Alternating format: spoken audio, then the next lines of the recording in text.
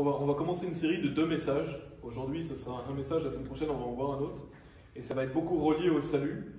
Aujourd'hui, le titre du message, c'est « Que veut dire croire et quoi croire pour être sauvé ?» Donc ça pourrait être intitulé « Croire pour être sauvé », mais on va voir qu'est-ce que ça veut dire que croire et qu'est-ce qu'il faut croire pour être sauvé. Parce que c'est très important, parce que le mot « croire », il est beaucoup attaqué dans les milieux chrétiens, et notamment les faux prophètes qui pervertissent le mot « croire » en disant que tout le monde croit en Jésus. C'est faux, c'est ce qu'on va voir. Et qu'est-ce qu'il faut croire pour être sauvé aussi, c'est important, parce qu'il y a certaines choses qu'on doit croire si on veut être sauvé. Et le deuxième message, ça sera sur la foi sans les œuvres est morte, donc sur Jacques chapitre 2. Et je voulais faire en 2 messages parce que c'est important de définir ce que c'est que la foi et comment on est sauvé avant d'aller dans justement la foi sans les œuvres est morte et qu'est-ce que ça veut dire et comment on peut expliquer Jacques chapitre 2. Donc on va définir justement bibliquement ce que ça veut dire que croire aujourd'hui et on va voir qu'est-ce qu'on doit croire pour être sauvé. Et on pourrait se dire, nous, étant sauvés, on pourrait se dire oui, mais j'ai pas besoin de savoir parce que je sais déjà ce que c'est que croire parce que je suis sauvé. Donc si vous êtes sauvé, oui, vous savez ce que ça veut dire que croire. Mais les gens dehors qui ne sont pas sauvés, ils ne savent pas ce que ça veut dire. Ils ne savent pas ce que veut dire croire et ils ne savent pas en quoi ils doivent croire pour être sauvés. Et en plus, comme je l'ai dit, il y a beaucoup de faux prophètes et de faux chrétiens qui pervertissent le mot croire pour enseigner un salut par les œuvres. Ils vont par exemple vous dire, voilà, tout le monde croit en Jésus. Tous les gens qui se disent chrétiens, ils croient en Jésus.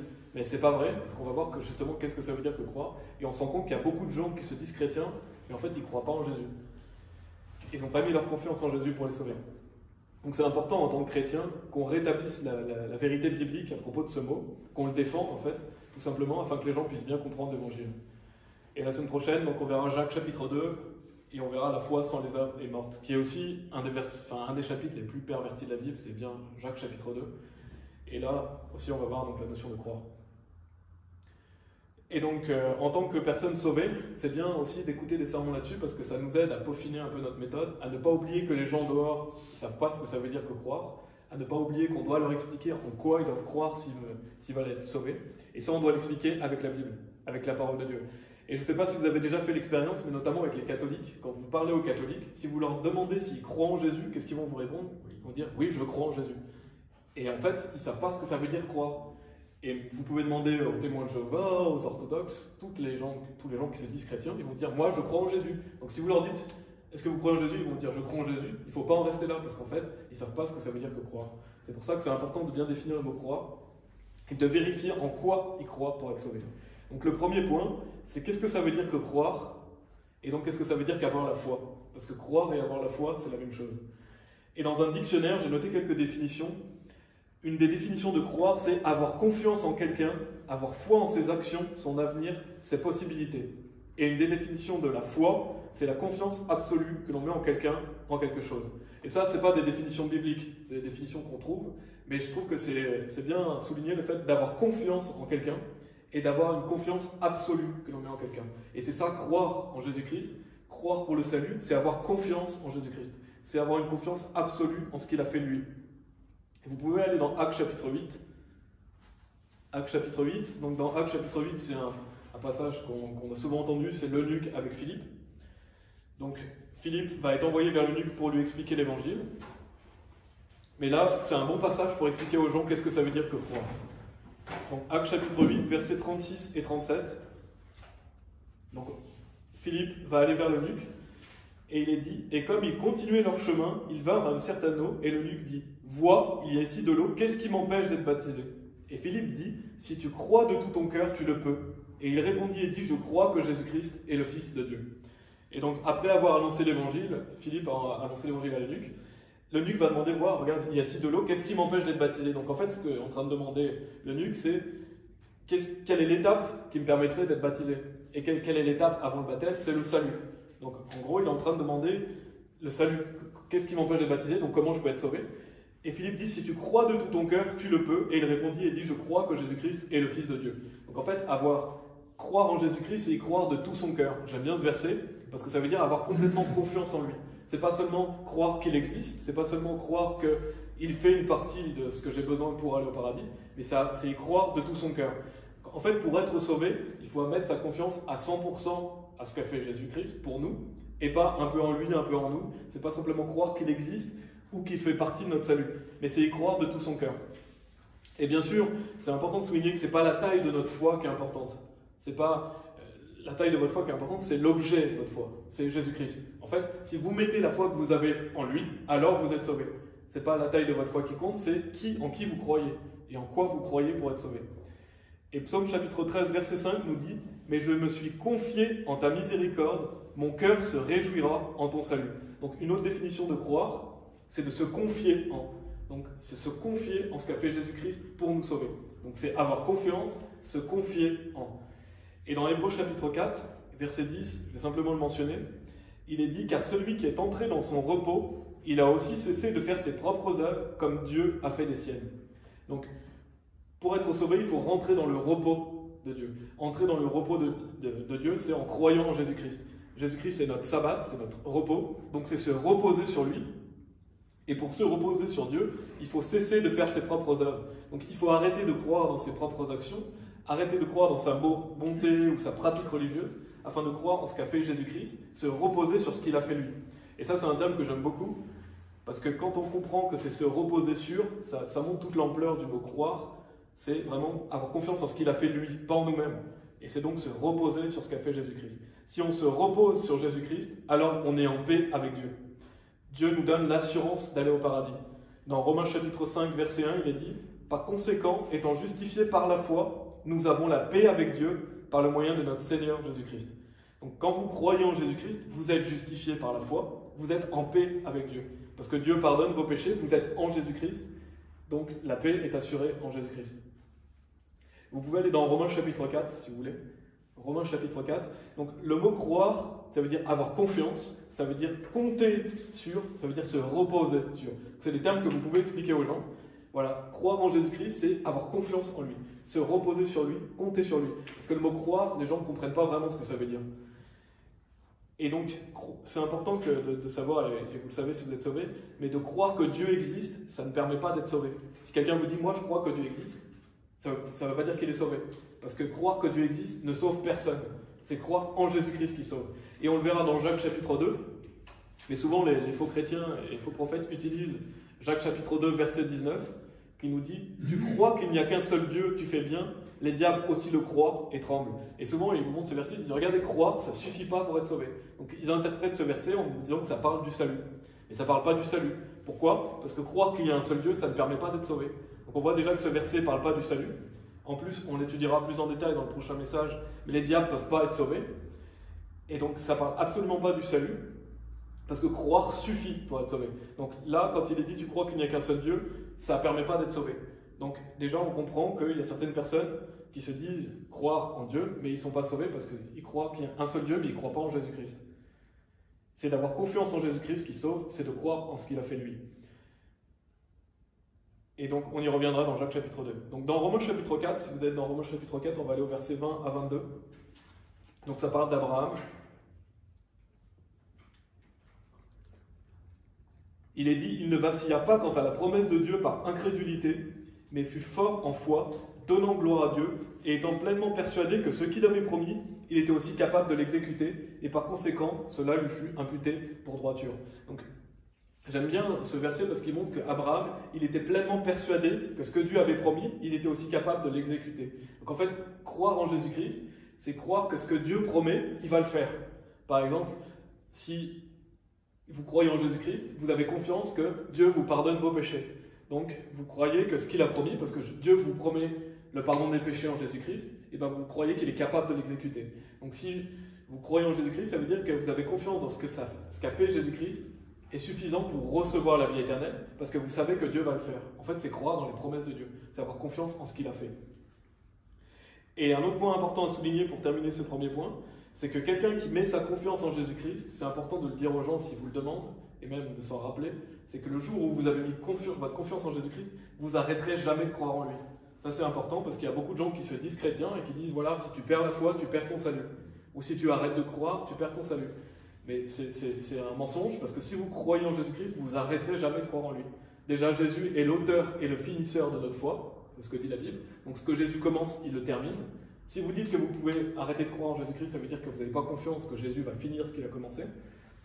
Et ça veut dire qu'en plus, vous n'avez pas confiance que vous êtes sauvés pour toujours.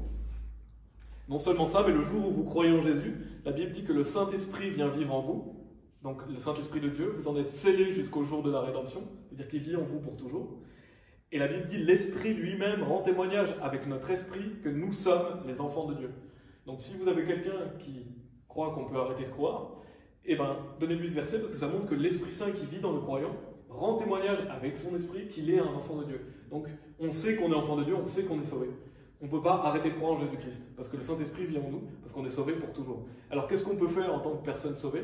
On peut avoir des doutes, on peut faire naufrage quant à la foi, on peut avoir une petite foi, mais on n'arrête pas de croire. On ne peut pas arrêter de croire en Jésus-Christ une fois qu'on a cru en lui. Et ça, c'est la foi du salut. C'est-à-dire que le jour où vous croyez, vous êtes sauvé, vous aurez confiance en Jésus-Christ pour toujours, parce que le Saint-Esprit vit en vous. Et après, vous avez la foi de la vie chrétienne. La foi de la vie chrétienne, elle peut augmenter, elle peut diminuer, mais ce n'est pas cette foi qui vous sauve, vous avez déjà été sauvé. Et donc, vous n'arrêterez jamais de croire en Jésus-Christ une fois que vous avez cru en lui. Et j'ai déjà fait un message à ce sujet, si vous voulez l'écouter, justement, ça s'appelle « Jésus, l'auteur et finisseur de notre foi », qui prouve qu'il y a plein de passages bibliques qui montrent qu'on ne peut pas arrêter de croire en Jésus-Christ une fois qu'on a cru en lui. Donc croire en Jésus, c'était le premier point. Qu'est-ce que ça veut dire que croire? Qu'est-ce que ça veut dire qu'avoir la foi? Ça veut dire avoir confiance en ce qu'a fait Jésus pour nous. C'est compter sur lui, se reposer sur lui. C'est donc croire dans les promesses de Dieu. Et donc une fois que vous avez cru en Jésus-Christ, vous êtes sauvé, c'est suffisant. Maintenant, on va voir quoi croire pour être sauvé. Donc on a vu qu'est-ce que ça veut dire que croire, mais en quoi on doit croire pour être sauvé? Eh bien, il faut croire aux promesses de Dieu, à la puissance de Dieu. Et donc le premier point, c'est que pour être sauvé, il faut croire dans l'Évangile. L'Évangile, c'est la mort, l'ensevelissement et la résurrection de Jésus-Christ. On l'a mentionné tout à l'heure, mais on va aller dans 1 Corinthiens chapitre 15, si vous voulez. 1 Corinthiens chapitre 15, des versets 1 à 4. Donc si vous ne croyez pas dans l'Évangile, vous n'êtes pas sauvé. Parce que c'est croire en l'Évangile qui nous sauve. Croire dans la mort, l'ensevelissement et la résurrection de Jésus-Christ. Et ça paraît basique, mais vous verrez qu'il y a beaucoup de gens qui disent qu'ils croient en Jésus, mais ils ne croient pas dans l'Évangile. Et 1 Corinthiens chapitre 15, versets 1 à 4 nous dit « De plus, frères, je vous déclare l'Évangile que je vous ai prêché, lequel vous avez reçu, et dans lequel vous vous tenez, par lequel aussi vous êtes sauvés, si vous gardez en mémoire ce que je vous ai prêché, à moins que vous n'ayez cru en vain. Car je vous ai transmis avant tout cela ce que j'ai aussi reçu, comment Christ mourut pour nos péchés selon les Écritures, et qu'il a été enterré, et qu'il est ressuscité le troisième jour, selon les Écritures. » Donc Paul rappelle justement aux frères l'évangile qu'il leur a prêché, et il dit lequel vous avez reçu, donc on voit que ces gens sont sauvés, ils ont cru en Jésus-Christ, et dans lequel vous vous tenez, parce qu'une personne qui est sauvée se tiendra toujours dans l'évangile, parce qu'il est sauvé pour toujours, il n'arrêtera jamais de croire dans l'évangile, par lequel aussi vous êtes sauvés, donc on voit que l'évangile est ce qui nous permet d'être sauvés, et après il va dire même si vous gardez en mémoire ce que je vous ai prêché, à moins que vous n'ayez cru en vain, parce que si vous avez cru en vain, vous n'êtes pas sauvés, bien sûr. Ça, c'est des personnes qui n'ont pas cru en Jésus-Christ. Et on le voit après parce qu'il parle de la résurrection. Il dit qu'il y a des gens qui, parmi eux, disent qu'il n'y a pas de résurrection. Et Paul dit, s'il n'y a pas de résurrection, vous n'êtes pas sauvés. Parce que votre foi est vaine, vous êtes encore dans vos péchés. Donc il dit peut-être que vous avez cru en vain, c'est-à-dire que vous n'y avez pas cru. Parce que si vous n'y avez pas cru, vous n'êtes pas sauvés. Et donc on voit, il dit l'évangile, c'est quoi? C'est Christ mourut pour nos péchés, selon les Écritures, et qu'il a été enterré, donc enseveli, et qu'il est ressuscité le troisième jour, selon les Écritures. Donc il faut croire ça pour être sauvé. Il faut croire que Jésus-Christ est mort pour nos péchés, qu'il a été enseveli, et qu'il est revenu à la vie. Et bien sûr, il faut croire dans le vrai Jésus. Quand on dit il faut croire dans l'évangile, il faut croire dans le Jésus de la Bible, c'est-à-dire Dieu qui s'est fait homme, c'est-à-dire il faut croire à la divinité de Jésus-Christ, et le fait qu'il est le Fils de Dieu. La Bible dit que Dieu fut manifesté dans la chair. Il est aussi dit dans Jean chapitre 1, verset 1, « Au commencement était la parole, et la parole était avec Dieu, et la parole était Dieu. » Donc Jésus-Christ est de toute éternité, il est Dieu. Bien sûr, on a la Trinité. Donc 1 Jean 5, 7 qui nous dit « Car il y en a trois qui attestent dans le ciel, le Père, la parole et l'Esprit Saint, et ces trois-là sont un. » Donc on a trois personnes, un seul Dieu. Et ça paraît tout basique, hein, mais quand vous comprenez qui est vraiment Jésus-Christ, quand vous parlez de la Trinité, la divinité de Jésus, vous vous rendez compte qu'il y a plein de gens qui disent qu'ils croient en Jésus, qui ne sont pas sauvés. Pourquoi? Par exemple, vous avez les témoins de Jéhovah, qui ne croient pas dans la divinité de Jésus-Christ, les Mormons, qui ne croient pas non plus, et vous avez les modalistes aussi, qui croient que Dieu est une seule personne, alors que Dieu est trois personnes. Donc quand vous comprenez qu'il faut croire dans l'Évangile et croire dans le vrai Jésus, vous comprenez déjà qu'il y a des gens qui se disent chrétiens, qui ne croient pas en Jésus, ceux que je viens de mentionner notamment. Parce qu'ils refusent la divinité de Jésus, ou alors ils refusent la Trinité, et donc ils ne sont pas sauvés. Il faut croire dans le Dieu de la Bible pour être sauvé. Ça c'est le premier point, il faut croire l'Évangile. Quand vous comprenez ce qu'est l'Évangile et qui est Jésus-Christ, vous comprenez qu'il y a beaucoup de gens qui disent croire en Jésus, qui ne sont pas sauvés. Et donc il faut croire au vrai Jésus-Christ. Et aussi croire en Jésus, croire pour être sauvé, il faut croire que le salut est seulement par la foi et pas par les œuvres. Et là aussi, c'est un gros point, parce que beaucoup de gens croient qu'il faut avoir la foi plus les œuvres. On a plein de versets qui montrent que c'est par la foi et que c'est pas par les œuvres. Notamment Jean chapitre 1, verset 12, qui nous dit « Mais à tous ceux qui l'ont reçu, à eux il a donné le pouvoir de devenir les fils de Dieu, c'est-à-dire à ceux qui croient en son nom. » Donc pour devenir enfant de Dieu, c'est en croyant en Jésus-Christ. On a Jean 3, 15, 16 qui nous dit « Afin que quiconque croit en lui ne périsse pas, mais ait la vie éternelle. Car Dieu a tant aimé le monde qu'il a donné son seul Fils engendré, afin que quiconque croit en lui ne périsse pas, mais ait la vie éternelle. » Donc encore le fait de croire. Et il y en a beaucoup comme ça, Jean chapitre 3, verset 36, « Celui qui croit au Fils a la vie éternelle, et celui qui ne croit pas le Fils ne verra pas la vie, mais le courroux de Dieu demeure sur lui. » On pourrait vraiment en citer tellement. Il y a « Crois au Seigneur Jésus-Christ et tu seras sauvé ». Jésus lui dit « Je suis la résurrection et la vie, celui qui croit en moi, bien qu'il soit mort, cependant il vivra, et quiconque vit et croit en moi ne mourra jamais. Crois-tu cela ?» Et en fait, je donne beaucoup de versets comme ça pour que vous compreniez que c'est par la foi et que ce n'est pas par les œuvres. Donc on est sauvé seulement par la foi, la Bible le répète sans arrêt. Et on a même des versets qui montrent que la foi, pour être sauvé, c'est sans les œuvres. Romains 4, verset 5, par exemple, qui nous dit « Mais pour celui qui n'œuvre pas, mais qui croit en celui qui justifie l'impie, sa foi lui est comptée pour droiture. » Bien sûr, on a Éphésiens chapitre 2, versets 8 et 9, qui nous dit à la fin « Non des œuvres, afin qu'aucun homme ne se vante. » On a Romains 3, 28, qui nous dit « Par conséquent, nous concluons qu'un homme est justifié par la foi sans les actions de la loi. » Tite chapitre 3, verset 5 « Non par les œuvres de droiture que nous avons faites, mais selon sa miséricorde, il nous sauva, par le lavage de la régénération et le renouvellement de l'Esprit Saint. » Donc on a beaucoup de versets qui montrent que croire sauve, et que croire en Jésus-Christ est suffisant et qu'il ne faut rajouter aucune œuvre. Et je vous les donne tous, parce qu'il y a peut-être des gens qui écoutent qui ne sont pas sauvés, et qui se posent peut-être des questions. Et aussi pour se rappeler, nous, quelle version on doit donner aux personnes en fonction de ce qui manque afin qu'ils soient sauvés. Et donc tous les faux prophètes qui disent que croire ne suffit pas pour être sauvé, pervertissent la Bible, et ils mentent et trompent les personnes qui les écoutent. Et ça, on va y revenir dans le deuxième message. Donc, la première partie, quoi croire pour être sauvé? Il faut croire dans l'évangile, au vrai Jésus-Christ. Ensuite, il faut croire que c'est par la foi sans les œuvres, que vous n'avez rien à rajouter, mais seulement croire en ce que Jésus a fait. Et donc, quand on comprend ça, encore une fois, dans ce deuxième point, quand on comprend que c'est par la foi sans les œuvres, eh ben, on comprend qu'il y a encore beaucoup de gens qui se disent chrétiens qui ne sont pas sauvés. Par exemple, qui? Les catholiques. Parce que les catholiques disent que croire ne suffit pas. Ils disent, oui, moi je crois en Jésus-Christ, mais ils disent que croire ne suffit pas pour être sauvé, qu'il faut aussi faire des bonnes actions, qu'il faut aussi être une bonne personne, se faire baptiser, aller à la messe, etc. Non seulement eux, mais il y a beaucoup de protestants aussi qui disent que croire ne suffit pas. Il y a les orthodoxes, les amish, etc., qui mélangent la foi et les œuvres, qui sont donc non sauvés, qui disent qu'ils croient en Jésus-Christ, mais qui ne sont pas sauvés, parce qu'ils n'ont pas confiance en Jésus-Christ. On va aller dans Matthieu chapitre 7 aussi, qui est un des passages les plus pervertis aussi, qui est souvent utilisé par les faux prophètes. On a Jacques chapitre 2, Matthieu chapitre 7, Matthieu chapitre 25 aussi, qui réutilisent souvent. Et on va expliquer les versets 21 à 23. Matthieu chapitre 7, versets 21 à 23. Où il est dit « Ce n'est pas quiconque me dit Seigneur, Seigneur qui entrera dans le royaume du ciel, mais celui qui fait la volonté de mon Père qui est au ciel. Beaucoup me diront ce jour-là, Seigneur, Seigneur, n'avons-nous pas prophétisé en ton nom, et chassé les diables en ton nom, et fait beaucoup d'œuvres merveilleuses en ton nom? Et alors je leur déclarerai, je ne vous ai jamais connu, retirez-vous de moi, vous qui pratiquez l'iniquité. » Et donc, les faux prophètes utilisent souvent ça. Ils disent, regardez, ça ne suffit pas de croire, parce que ces gens, ils disent Seigneur, Seigneur, ils croient en Jésus, mais Jésus va leur dire, je ne vous ai pas connu, et donc ces gens-là vont aller en enfer. Donc ils disent que des gens qui croient en Jésus peuvent quand même aller en enfer, comme si ça se parlait de personnes sauvées. Mais en fait, ça ne parle pas de personnes sauvées. Ces personnes-là ne disent pas, Seigneur, je crois en toi, pourquoi je ne suis pas sauvé?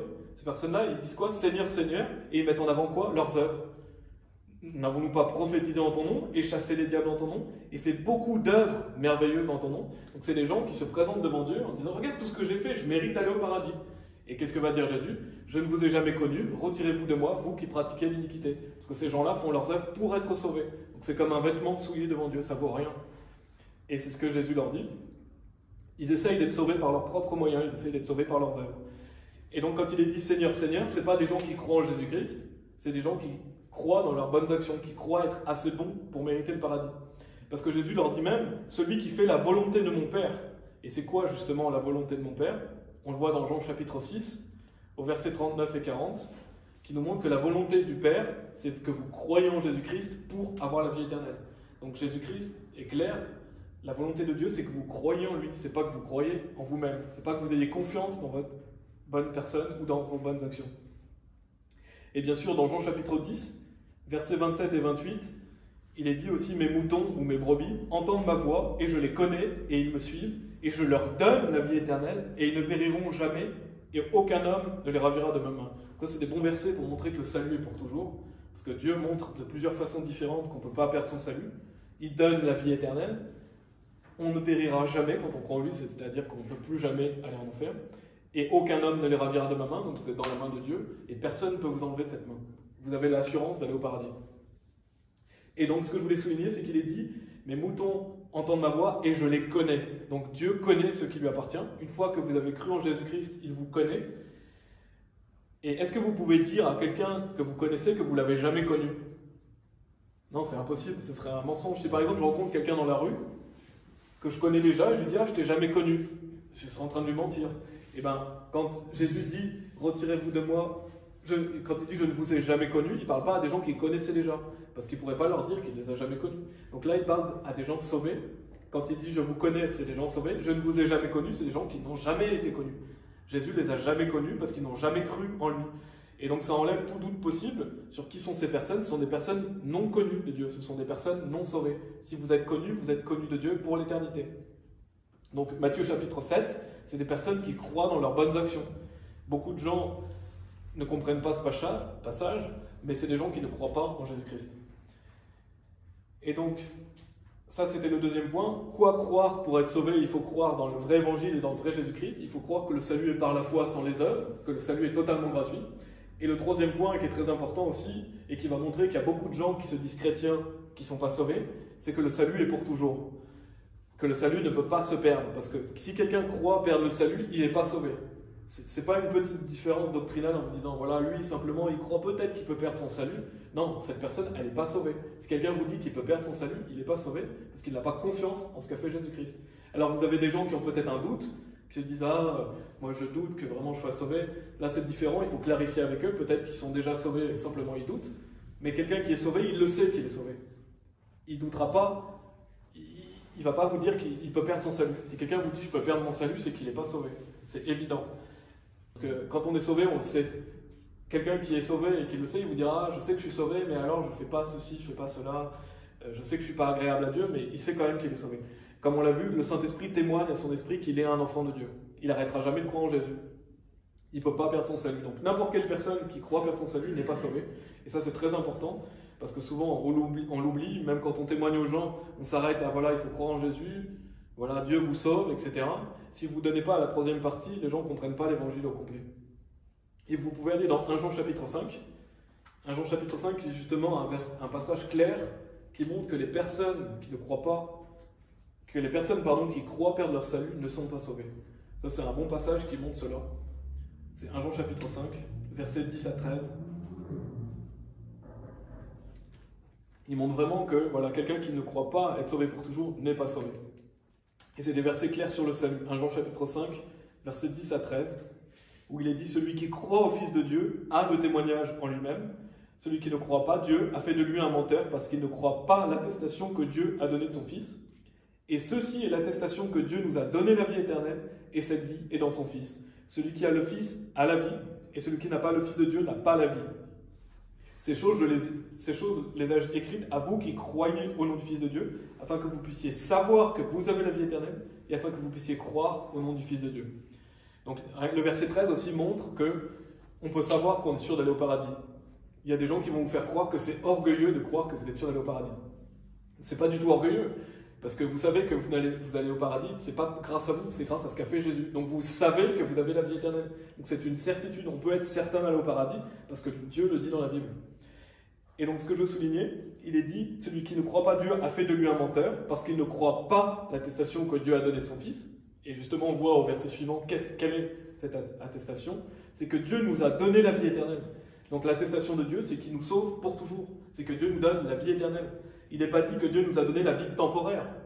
Non, il est dit que Dieu nous a donné la vie éternelle. Ça montre que quelqu'un qui ne croit pas que Dieu nous sauve pour toujours fait de lui un menteur. Donc il ne croit pas à l'attestation que Dieu a donnée de son Fils. Donc il n'est pas sauvé. Donc on voit vraiment dans ces versets que quelqu'un qui croit perdre son salut n'est pas sauvé. Parce que quand Dieu nous donne la vie éternelle, c'est une vie pour toujours. Éternel, je ne sais pas si vous savez ce que ça veut dire, mais ça veut dire sans fin, ça veut dire pour toujours, ça veut dire pour l'éternité. Et même dans un dictionnaire classique, il est dit, à propos du mot éternel, qui est sans fin, d'une durée indéfinie, qui ne cessera d'exister. Donc si vous avez une vie qui ne s'arrête jamais, est-ce qu'elle peut s'arrêter? Non. Donc si une personne croit perdre son salut, il croit qu'il a une vie temporaire. Il ne croit pas qu'il va vivre éternellement auprès de Dieu. Donc il n'a pas l'assurance du salut, il n'est pas sauvé.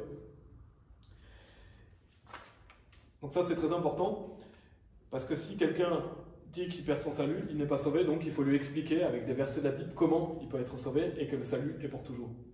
Et ce n'est pas une petite différence doctrinale, comme je l'ai dit, c'est une hérésie de damnation. Quelqu'un qui croit perdre son salut va aller en enfer. Donc c'est pour ça qu'il faut reprendre la personne, bien lui expliquer.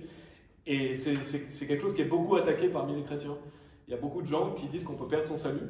Il y a même des gens qui vous empêchent de parler pour vous expliquer aux autres qu'on ne peut pas perdre son salut. Et ça, c'est très grave. On va aller dans Hébreux chapitre 9 aussi. Hébreux chapitre 9, pour montrer que quand on croit en Jésus-Christ, c'est qu'on a confiance en lui pour nous sauver. Et quand on a confiance en lui, on a confiance que Dieu nous sauve éternellement, que sa rédemption est éternelle. C'est une rédemption éternelle que Dieu nous donne, pas une rédemption partielle.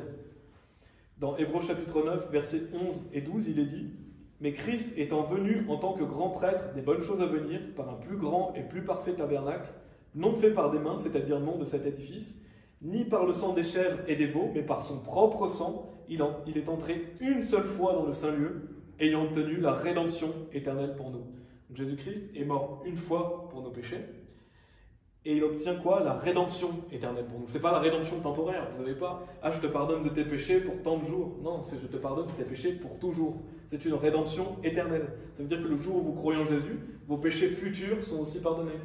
Dieu efface tous vos péchés. Et il y a un autre point aussi qui est important à souligner, c'est que Jésus est la vie éternelle. Jésus lui-même est la vie éternelle. C'est ce que dit la Bible dans 1 Jean chapitre 5, verset 20, où il est dit « Et nous savons que le Fils de Dieu est venu et nous a donné une compréhension afin que nous puissions connaître celui qui est vrai. Et nous sommes en celui qui est vrai, à savoir en son Fils Jésus-Christ. C'est lui le vrai Dieu et la vie éternelle. » Jésus-Christ est le vrai Dieu, il est la vie éternelle. Donc en fait, quelqu'un qui vous dit « Voilà, moi je peux perdre mon salut », qu'est-ce qu'il est en train de dire? Il est en train de refuser Jésus. Il refuse la vie éternelle, donc en fait, il n'a jamais accepté Jésus-Christ. Parce que quand on accepte Jésus-Christ, on accepte la vie éternelle. Jésus lui-même est la vie éternelle, en fait. Donc quand vous croyez en Jésus, vous croyez qu'il vous sauve pour toujours, parce qu'il est lui-même la vie éternelle. Et bien sûr, je l'ai mentionné tout à l'heure, mais Jean chapitre 1, verset 26 nous dit... j'ai perdu le verset, je vais dire 25-26... Jésus lui dit, je suis la résurrection et la vie, celui qui croit en moi, bien qu'il soit mort, cependant il vivra. Voilà, et quiconque vit et croit en moi ne mourra jamais. Crois-tu cela? Donc si vous croyez en Jésus-Christ, vous ne mourrez jamais. Vous n'irez plus jamais en enfer. Vous avez la vie éternelle. Parce que Jésus lui-même est la vie éternelle. Donc en croyant en Jésus-Christ, on accepte Jésus, on accepte la vie éternelle. Quelqu'un qui croit perdre son salut, il n'a pas accepté Jésus-Christ. Il n'a pas cru en Jésus-Christ. Et ça, c'est très important. Et dans Jean chapitre 6, verset 39, il est dit « Et ceci est la volonté du Père qui m'a envoyé, que je ne perde rien de tout ce qu'il m'a donné, mais que je le ressuscite au dernier jour. » Donc la volonté du Père, c'est que Jésus-Christ ne perde rien de tout ce qu'il lui a donné. Donc si vous dites que vous pouvez perdre votre salut, vous croyez que Jésus-Christ va perdre de ce que Dieu lui a donné. Et donc vous faites de lui un menteur. En fait, vous blasphémez Dieu en disant qu'on peut perdre le salut. Parce que vous dites que Jésus-Christ va perdre ce que le Père lui a donné. Or, Jésus-Christ ne va pas les perdre, c'est ce qu'il est dit, que je ne perde rien de tout ce qu'il m'a donné, mais que je le ressuscite au dernier jour. Quand on croit en Jésus-Christ, on a l'assurance qu'on va être ressuscité un jour. On va aller dans 2 Timothée chapitre 2 aussi. J'en ai encore quelques minutes, on a bientôt fini. 2 Timothée chapitre 2. Là, c'est important, je souligne beaucoup le fait que si vous croyez perdre votre salut, vous n'êtes pas sauvé, que le salut est pour toujours. Notamment pour les personnes qui pourraient écouter et qui croient perdre leur salut, qui comprennent qu'ils ne sont pas sauvés, qu'ils ont besoin de mettre toute leur confiance en Jésus-Christ afin d'être sauvés. Dans 2 Timothée chapitre 2, versets 11 à 13, il est dit « C'est un propos fidèle, car si nous sommes morts avec lui, nous vivrons aussi avec lui. Si nous souffrons, nous régnerons aussi avec lui. Si nous le renions, il nous reniera aussi. Si nous ne croyons pas, il demeure cependant fidèle, il ne peut se renier lui-même. » Donc il y a beaucoup à dire sur ces versets, mais je vais y aller rapidement. Mais quand il est dit déjà, si nous souffrons, nous régnerons aussi avec lui, Ça veut dire que si vous voulez régner avec Christ, il faut souffrir avec lui. Là, ça parle de la vie chrétienne, ça ne parle pas du salut. Le salut, il est gratuit, vous croyez, vous êtes sauvés. Si vous voulez régner avec lui, donc si vous voulez avoir de l'autorité dans son royaume, il faut souffrir avec lui. C'est ce que dit la Bible. Si nous le renions, il nous reniera aussi. Là, ça parle d'être renié sur la terre, d'être renié en tant que disciple. Parce que quand vous êtes sauvé, vous n'êtes pas forcément un disciple. Pour être un disciple, il faut suivre Jésus-Christ. Et ça, il y a peu de gens sauvés qui le font. Mais si justement vous reniez Christ, par exemple, si vous reniez Christ devant vos amis, ou si vous le reniez par peur, alors il vous reniera, c'est-à-dire qu'il vous renie en tant que disciple. Comme Pierre avait renié Christ, il a été renié en tant que disciple. Mais après, il s'est repris. Parce que un chrétien a la possibilité de se reprendre et justement de suivre Jésus-Christ. Ça, c'est la vie chrétienne. Si nous ne croyons pas, il demeure cependant fidèle, il ne peut se renier lui-même. Donc là, si nous ne croyons pas, ça veut dire si nous avons des doutes, si nous n'avons pas notre confiance dans Jésus, par exemple, pendant les tribulations, pendant les persécutions. Parce que 2 Timothée chapitre 2, ça parle beaucoup justement des persécutions, ça parle beaucoup d'être persécuté en tant que chrétien. Donc si nous ne croyons pas, ça veut dire, voilà, si je n'ai pas confiance que Dieu va m'aider dans ces persécutions, eh ben, il demeure cependant fidèle, il ne peut se renier lui-même. Donc c'est un verset qui montre clairement que Dieu restera toujours fidèle. Donc on ne peut pas perdre son salut. Parce que avoir confiance en Jésus-Christ, c'est avoir confiance que Dieu est fidèle. Si vous dites que vous pouvez perdre votre salut, vous croyez que Dieu est infidèle. Donc vous faites de lui un menteur. Non, il faut croire que Dieu est fidèle. Parce que ce n'est pas à nous d'être fidèles à Dieu pour être sauvés, mais c'est de croire dans la fidélité de Dieu qui nous sauve. Et il dit, il ne peut se renier lui-même, déjà parce que vous avez l'Esprit Saint en vous, que l'Esprit Saint vit en vous, donc Dieu ne peut pas se renier lui-même. L'Esprit Saint vit en vous, donc vous avez l'assurance d'être sauvé parce que Dieu ne peut se renier lui-même, et aussi parce que Dieu ne peut pas mentir. Dieu ne va pas mentir. Donc Dieu est fidèle, le salut est pour toujours. Et donc quand on comprend que le salut est pour toujours, et que si on ne croit pas en ça, on n'est pas sauvé, ben on comprend qu'il y a encore beaucoup de gens qui se disent chrétiens qui ne sont pas sauvés. Par exemple, qui? Les pentecôtistes, qui croient perdre leur salut, les charismatiques. Vous avez aussi beaucoup de chrétiens évangéliques qui croient perdre leur salut. Ben, ces gens-là ne sont pas sauvés. Et ça, c'est malheureux, mais ils n'ont pas confiance en Jésus-Christ. Donc, à travers ce message, justement, que signifie croire? Donc, on a vu que signifie croire, c'est avoir confiance en Jésus, c'est mettre toute sa confiance en lui pour être sauvé, pas dans ses bonnes actions. Et en comprenant en quoi on doit croire, eh ben, on comprend qu'il n'y a pas beaucoup de gens, malheureusement, qui croient en Jésus. Justement, les faux prophètes vous font croire que tout le monde croit en Jésus. Vous disent, oui, les catholiques, ils croient en Jésus, les pentecôtistes, ils croient en Jésus-Christ, les orthodoxes, tout le monde croit en Jésus. Donc, ça ne suffit pas de croire, il faut aussi faire des bonnes actions, parce que sinon, ce serait trop simple, tout le monde serait sauvé. Mais en fait, la plupart des gens ne croient pas en Jésus, parce qu'ils n'ont pas mis leur confiance en ce qu'a fait Jésus pour les sauver. Ou alors, ils croient dans un faux Jésus, ou ils croient qu'il faut rajouter des œuvres, ou ils croient perdre leur salut. Donc, ils n'ont pas compris ce que ça veut dire que croire. Et dans Matthieu chapitre 7, au verset 13 et 14, justement, on a des personnes qui vont demander à Jésus, est-ce que beaucoup vont être sauvés?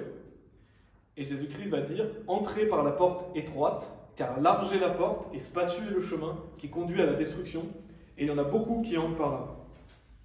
Parce qu'étroite est la porte, et resserré le chemin qui mène à la vie, et il y en a peu qui le trouvent. Donc la porte étroite, le chemin resserré, c'est donc la foi seule en Jésus-Christ. Si vous croyez en Jésus-Christ, vous rentrez en Jésus-Christ, vous êtes dans son repos, vous êtes sauvés, vous avez la vie éternelle. Et la porte large, le chemin spacieux, c'est le salut par les œuvres. C'est les gens qui croient perdre leur salut, c'est les gens qui croient dans un faux Jésus, ou alors les gens qui ne se disent même pas chrétiens, qui ne sont pas sauvés. Et ces gens-là devraient avoir peur d'aller en enfer. Parce que si vous croyez dans vos œuvres, si vous croyez perdre votre salut, vous allez aller en enfer. C'est une certitude, Dieu le dit dans sa parole. Donc vous devriez craindre d'aller en enfer, arrêtez de croire dans vous-même et mettre votre confiance dans ce qu'a fait Jésus. C'est le seul moyen d'être sauvé. Et par exemple, on a l'Église catholique, parce que l'Église catholique, souvent on entend dire qu'ils disent que voilà, le seul moyen d'être sauvé, c'est par l'Église catholique. Il n'y a pas de salut en dehors de l'Église catholique, c'est ce qu'ils disent. En fait, il n'y a pas de salut dans l'Église catholique, ça c'est la vérité, mais eux disent qu'il n'y a pas de salut en dehors de l'Église catholique. Et je ne sais pas si vous savez combien sont les catholiques dans le monde, mais ils sont 1,3 milliard. C'est énorme. 1,3 milliard, ça doit être une personne sur 6, à peu près, qui est catholique dans le monde. Donc s'il y avait 1,3 milliard de catholiques qui vont au paradis, parce qu'ils disent qu'il n'y a pas de salut en dehors de l'Église catholique, donc si vous êtes dans l'Église catholique, vous allez aller au paradis, ça voudrait dire qu'il y a déjà une personne sur 6 qui va au paradis. Et donc ça voudrait dire que ce qu'a dit Jésus est faux, parce qu'il dit qu'il y en a peu qui vont être sauvés. Là, il y en aurait beaucoup. Donc ça montre, encore une fois, qu'à travers les paroles de Jésus, on voit que les catholiques, ils ne croient pas en Jésus-Christ. Et c'est malheureux, justement, il faut leur expliquer qu'est-ce que ça veut dire que croire, afin qu'ils puissent avoir justement l'opportunité de croire en Jésus-Christ. Donc tous les faux prophètes qui vous trompent et vous mentent en disant que croire ça suffit pas, ou alors qu'on peut perdre le salut, c'est un mensonge. Et ils damnent des gens à l'enfer, parce que les personnes qui ne croient pas en ça sont condamnées à l'enfer. Ils pervertissent le mot croire. Et pour terminer, on va aller dans Apocalypse chapitre 22. C'est la dernière écriture, on voit. Apocalypse chapitre 22 au verset 17. La semaine prochaine, on verra justement qu'est-ce que ça veut dire que la foi sans les œuvres est morte. Et aussi plusieurs versets de Jacques chapitre 2. Aujourd'hui, on a vraiment défini ce que c'est que la foi et en quoi on doit croire pour être sauvé. Apocalypse chapitre 22, verset 17, il est dit « Et l'Esprit et l'épouse disent « Viens », et que celui qui entend dise « Viens », et que celui qui a soif vienne, et quiconque le veut, qu'il prenne de l'eau de vie gratuitement. » J'aime beaucoup ce verset, parce que Dieu déjà veut sauver tout le monde, il le dit « Quiconque le veut », c'est pas juste un groupe d'élus, non, c'est « Quiconque le veut », tous les hommes ont une chance d'être sauvés, qu'ils prennent de l'eau de vie gratuitement. Donc ça montre la simplicité du salut. Il suffit de prendre cette eau de vie. Il suffit de boire cette eau de vie qui est Jésus-Christ en croyant en lui. Et donc, c'est gratuit. Et croire, c'est gratuit. Quand vous croyez, c'est gratuit. Ça ne demande pas d'effort, ça ne demande pas de faire des œuvres. En fait, tous les hommes sont nés avec la capacité de croire. On croit tous en quelque chose. Et justement, le calvinisme est un mensonge parce qu'ils disent que certaines personnes ne peuvent pas croire en Jésus-Christ, en fait. C'est un groupe d'élus qui peut croire en Jésus-Christ. Donc, en fait, ils disent que ces gens-là, Dieu les a créés afin qu'ils croient dans des mensonges. Ils n'ont même pas le choix, en fait, de croire dans la vérité. Donc ça, c'est vraiment pervertir la notion de Dieu, de qui il est vraiment. Parce que tout le monde a la possibilité de croire. On est tous avec cette possibilité de croire en quelque chose. Et il suffit de croire dans la vérité pour être sauvé. Et là, on boit de cette eau de vie gratuitement. Donc il suffit de croire en Jésus-Christ, il suffit de mettre sa confiance en lui pour être sauvé, pour avoir l'assurance d'aller au paradis et rentrer dans le repos de Dieu. Donc ça, c'est très important de l'expliquer aux gens. Qu'est-ce que ça veut dire que croire et en quoi on doit croire pour être sauvé et la simplicité de l'évangile, le défendre, la simplicité de l'évangile. Voilà, on va terminer par la prière. Merci Seigneur parce que dans ta parole, tu mets les choses au clair, tu nous aides déjà, nous, et puis tu aides aussi les personnes qui écoutent à bien comprendre les choses. Tu es un Dieu d'ordre, tu n'es pas un Dieu de désordre. Les faux prophètes font croire que c'est compliqué d'être sauvé, qu'il faut faire tout un tas d'œuvres alors que l'on peut perdre son salut, qu'on doit toujours être dans la crainte d'aller en enfer, mais c'est pas vrai. Tu nous sauves éternellement, il suffit de croire en ce qu'a fait Jésus-Christ pour nous pour être sauvés. En fait, l'évangile est très simple, il suffit de boire de l'eau de vie gratuitement. Voilà, si une personne écoute ce message et n'est pas sauvée, je prie pour qu'elle soit sauvée, qu'elle mette sa confiance en toi et qu'elle ait l'assurance d'aller au paradis parce que Seigneur, tu prends plaisir au fait qu'on sache qu'on est sauvé. Ainsi, on peut te louer toute notre vie en sachant qu'on va te revoir un jour. Et tu es bon et justement, le fait que tu nous donnes la vie éternelle montre ta bonté. Si on croit perdre son salut, c'est un faux évangile qui blasphème ton nom. Merci Seigneur et nous prions au nom de Jésus-Christ. Amen.